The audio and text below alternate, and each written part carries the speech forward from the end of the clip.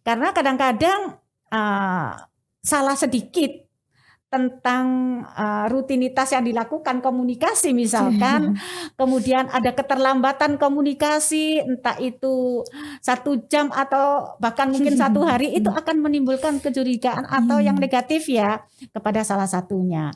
Oleh karena itu di dalam Islam ada beberapa hal yang harus dibekali kepada mereka yang saat ini sedang berjauhan dengan pasangannya. Tetapi secara naluri ya, secara sunatullah, wanita itu tidak sanggup kalau kemudian dia ditinggal lebih dari batas 4 bulan tersebut.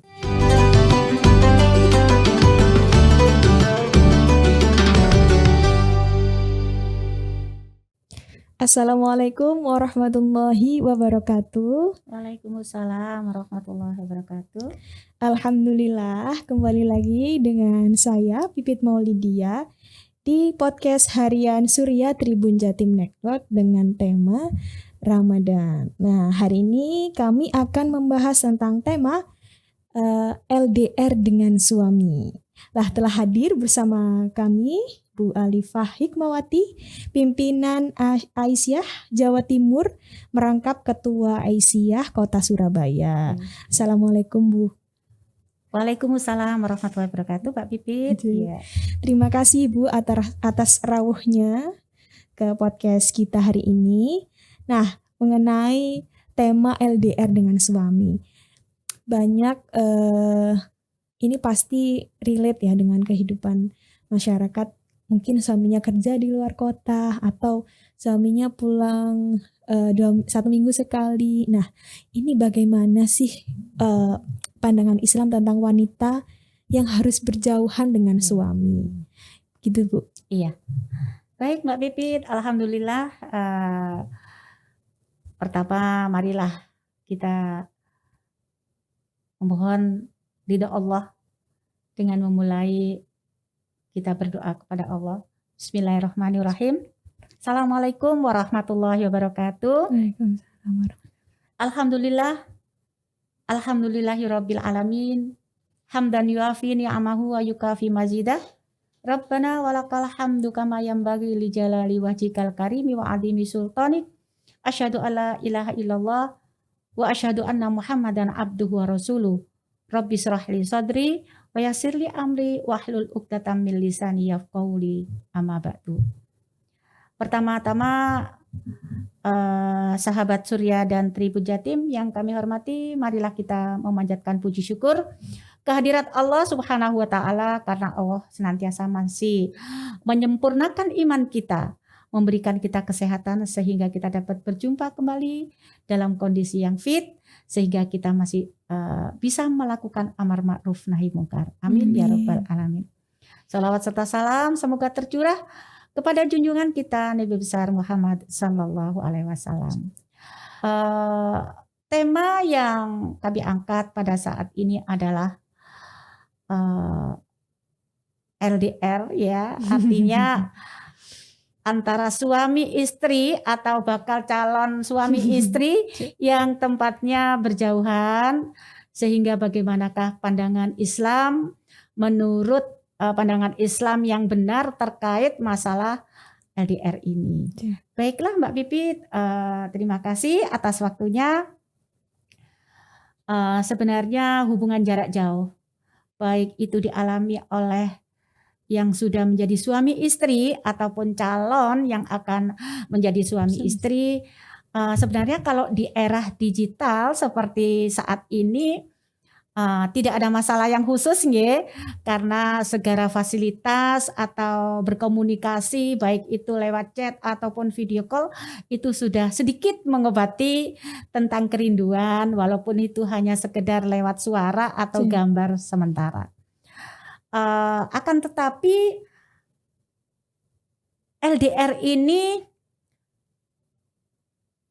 berlaku atau terjadi itu dalam rangka untuk mencapai suatu tujuan, entah itu meneruskan kuliah, studi, atau memang bekerjanya yang jauh dari tempat tinggal salah satunya, sehingga rasa kangen itu memang seringkali tumbuh ya, yang sudah sekian lama kemudian ditinggal lah.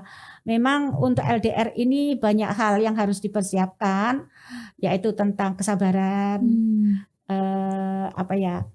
ketabahan, karena kadang-kadang salah sedikit tentang rutinitas yang dilakukan komunikasi misalkan, kemudian ada keterlambatan komunikasi, entah itu 1 jam atau bahkan mungkin 1 hari, itu akan menimbulkan kecurigaan atau yang negatif ya kepada salah satunya. Oleh karena itu di dalam Islam ada beberapa hal yang harus dibekali kepada mereka yang saat ini sedang berjauhan dengan pasangannya, entah suami istri khususnya begitu ya. Yang pertama di Islam itu masing-masing harus dibekali dengan iman yang kuat ya. Karena dengan iman ini walaupun dia sementara tempatnya berjauhan antara satu dengan yang lain, tetapi dia merasa ada yang lebih maha menguasai dan melihat dan mengawasi apa yang ia lakukan, sementara yang bersangkutan baik itu suami maupun istri tempatnya yang jauh dari tempat tinggal salah satunya. Iman nomor 1 Mbak, syarat yang harus dimiliki. Kemudian yang kedua, keduanya harus menanamkan rasa saling percaya. Yang sejak awal sudah dipupuk ya. Kalau memang itu sudah tahu bakal suaminya atau istrinya yang harus melakukan suatu kegiatan atas kesepakatan bersama, maka yang kedua yang harus ditanamkan adalah saling percaya. Sehingga apapun yang terjadi yang kemudian tidak sesuai dengan apa yang kita harapkan, itu tidak seharusnya kita lalu berburuk sangka. Tidak negative thinking begitu ya Mbak ya. Kemudian yang ketiga adalah sudah menjadi kesepakatan bersama. Kalau memang itu sudah disepakati oleh kedua belah pihak, maka itu bisa dilakukan. Tetapi di dalam Islam sebenarnya Mbak Pipit, Islam tidak terlalu merekomendasi khususnya kepada suami istri yang tinggal berjauhan begitu Mbak. Karena di dalam Al-Quran surat Al-Baqarah ayat 187 di bagian bawah, bagian yang paling akhir, itu dikatakan a'udzubillahi minasyaitonirrajim, hunna libasul lakum wa antum libasul lahun.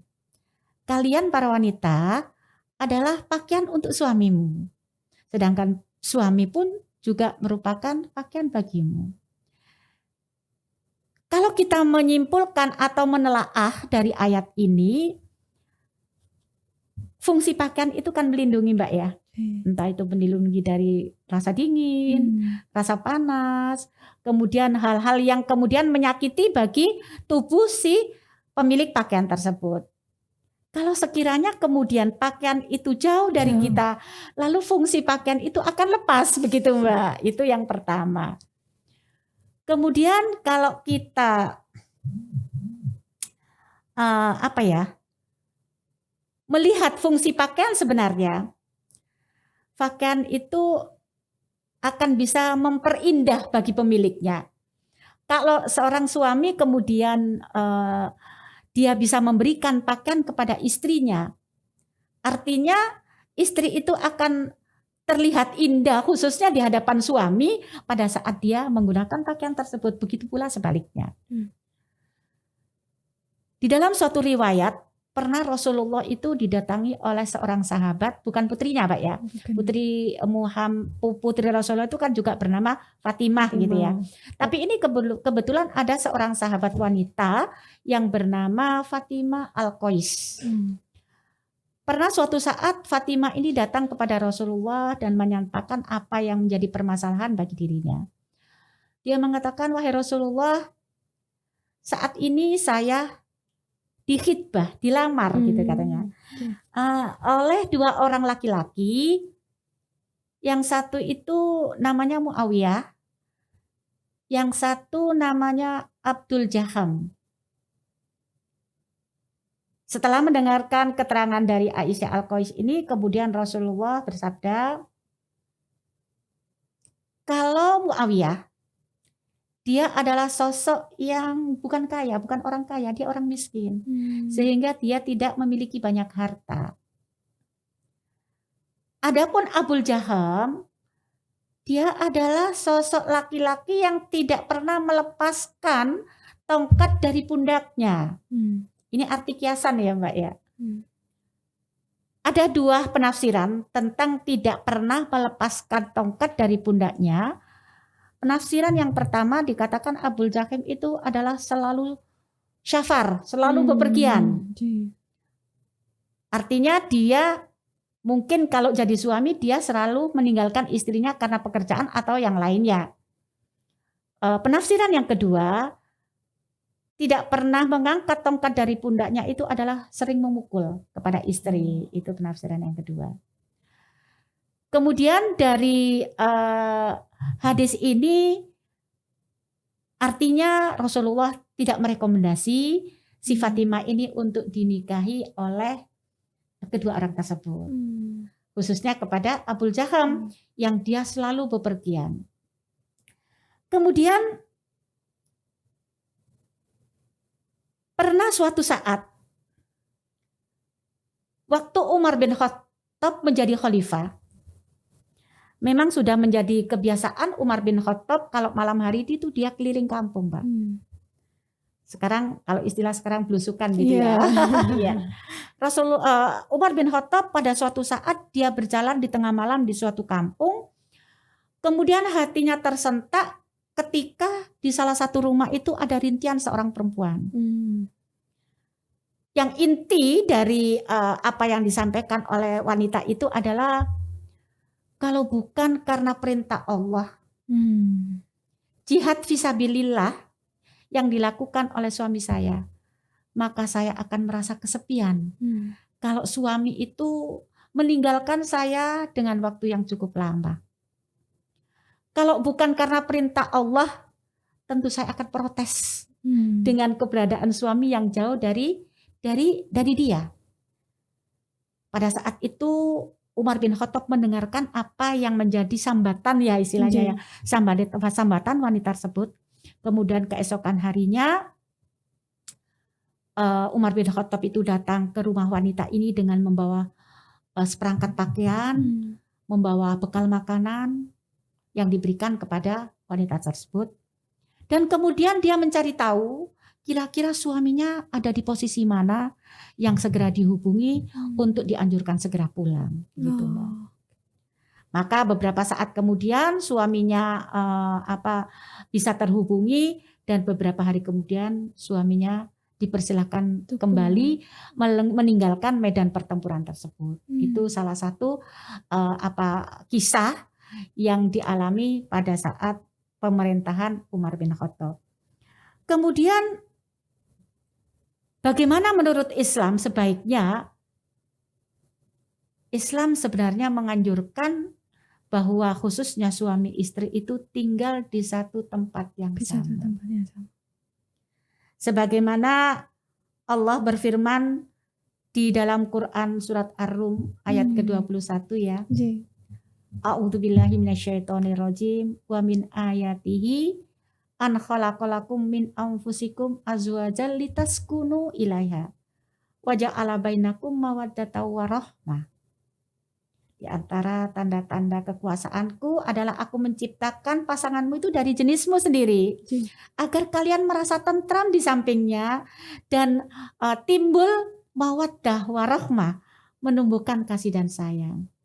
Kalau sekiranya kemudian suami istri itu tidak berada di suatu tempat, bagaimana dia merasa tentram? Ya, walaupun mungkin sudah diadakan komunikasi, diadakan perjanjian sebelumnya, tetapi secara lahiriah dia tidak akan merasa tentram karena tidak ada pakaian yang selalu menutupi kekurangan dirinya itu tadi, Mbak, terkait dengan Al-Baqarah 187 tadi. Sehingga kemudian dengan berdekatan itu nanti akan tumbuh mawaddah warahmah. Iya. Karena memang pada dasarnya mawaddah warahmah itu tumbuh secara sempurna pada saat sudah melangsungkan akad nikah. Berbeda dengan pandangan orang sekarang, Mbak ya. Dia kalau berpacaran kemudian dia melampiaskan mawaddah warahmah, itu saya kira itu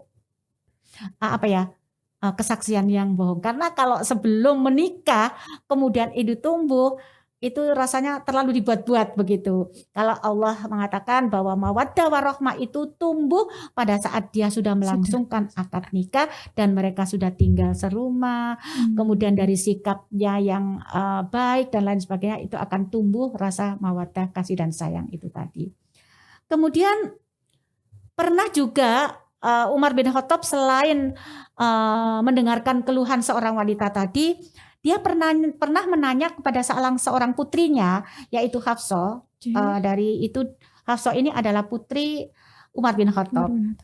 Hafsah, kalau sekiranya ada seorang suami meninggalkan istrinya, kira-kira kekuatan perempuan atau istri itu berapa lama? Umar bin Khattab menanya seperti itu. Kemudian Hafsah menjawab 1 bulan, 2 bulan, 3 bulan, maksimal 4 bulan. Ya. Jadi artinya di atas 4 bulan itu wanita sudah tidak mampu lagi untuk ditinggal oleh seorang suami. Dari sini kan kita dapat mengambil kesimpulan bahwa ada batas yang dimiliki oleh seorang wanita apabila dia ditinggal oleh suaminya yang nun jauh di sana. Walaupun di awal tadi saya katakan sudah ada kesepakatan, tetapi secara naluri ya, secara sunatullah, wanita itu tidak sanggup kalau kemudian dia ditinggal lebih dari batas 4 bulan tersebut. Kemudian di dalam surat An-Nisa ya, ayat ke-1 ya, yang bunyinya a'udzubillahi minasyaitonirrajim, ya ayyuhan nasu taqu rabbakumul ladzi khalaqakum min nafsin wahidah wa khalaqa minha zaujaha wa bassa minhuma rijalan katsiran wa nisaa. Wahai para manusia, bertakwalah kalian kepada Allah yang telah menciptakan kamu dari yang satu, yaitu Nabi Adam, dan menciptakan pasangannya dari dia juga. Kemudian wa khalaqa minha zaujaha, dan dia menjadikan istrinya dari dirinya juga. Wa basta minhuma rijalan katsiran wa nisaa. Dan dari keduanya ini Allah memperkembangbiakkan laki-laki dan perempuan, artinya mengembangbiakkan keturunan. Kalau sekiranya kemudian keduanya tidak ada di satu tempat, bagaimana kita mengaplikasikan Al-Quran surat An-Nisa ayat ke-1 ini? Itu sedikit gambaran bahwa Islam itu mengharapkan suami istri itu ada di satu tempat. Kalaupun misalkan harus meninggalkan, itu mungkin jarak 1 atau 2 hari, itu mungkin sekedar melangsungkan tugasnya. Tetapi kalau kemudian harus mencapai 1 bulan, 2 bulan, bahkan 4 bulan pun, wanita itu pun sudah tidak tahan lagi, sehingga memungkinkan terjadinya sesuatu yang di luar kemampuan manusia, karena memang wanita itu harus taat kepada suaminya, dia harus menyenangkan pada saat dilihat suaminya, dan dia harus menjadi istri yang selalu menjadi pendamping suaminya di saat duka maupun senang. Sehingga Rasulullah bersabda, ketaatan seorang istri kepada suaminya itu adalah merupakan gambaran bahwa Allah telah menjanjikan kepada istri tersebut surga. Dia menginginkan masuk surga dari pintu mana yang ia suka. Jadi hadisnya berbunyi, idza sholatil mar'atu khamsaha. Jika ada seorang wanita melaksanakan perintah Allah, melakukan sholat 5 waktu secara sempurna, wa shamat syahroha, dan dia juga melaksanakan puasa di bulan Ramadan,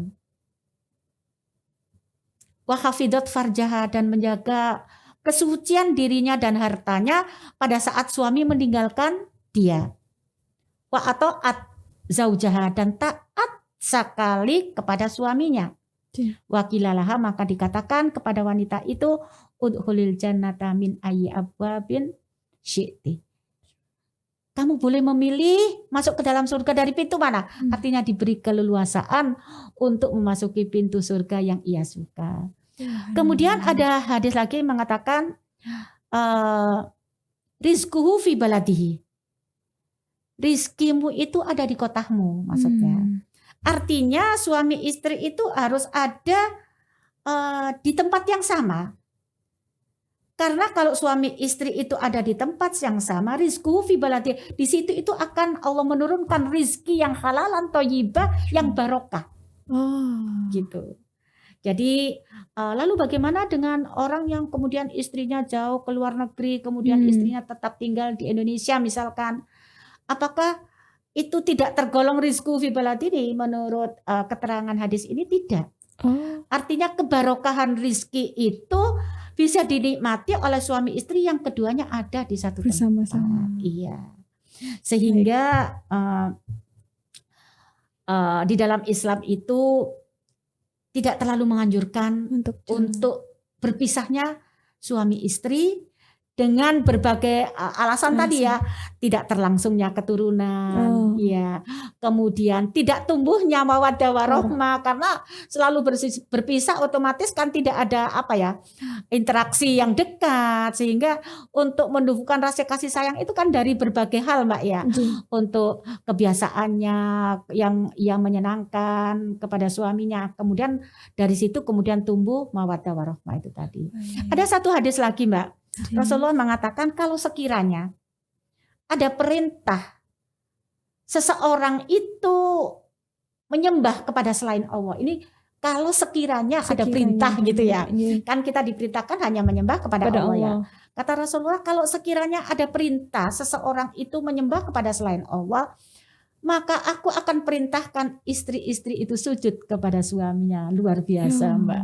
Begitu istimewanya hubungan suami istri, sehingga ketaatan seorang istri kepada suaminya itu menjadi menjadi modal utama bagi seorang istri untuk meraih surga Allah dari pintu mana yang ia suka. Begitu Mbak Pipit apa yang saya sampaikan terkait hubungan jarak jauh khususnya kepada suami istri menurut pandangan Islam. Terima kasih, mohon maaf segala kekurangannya. Saya akhiri, billahi taufiq wal hidayah. Nasrun minallah wa fathun qarib wa basyiril mu'minin. Assalamualaikum warahmatullahi wabarakatuh. Waalaikumsalam.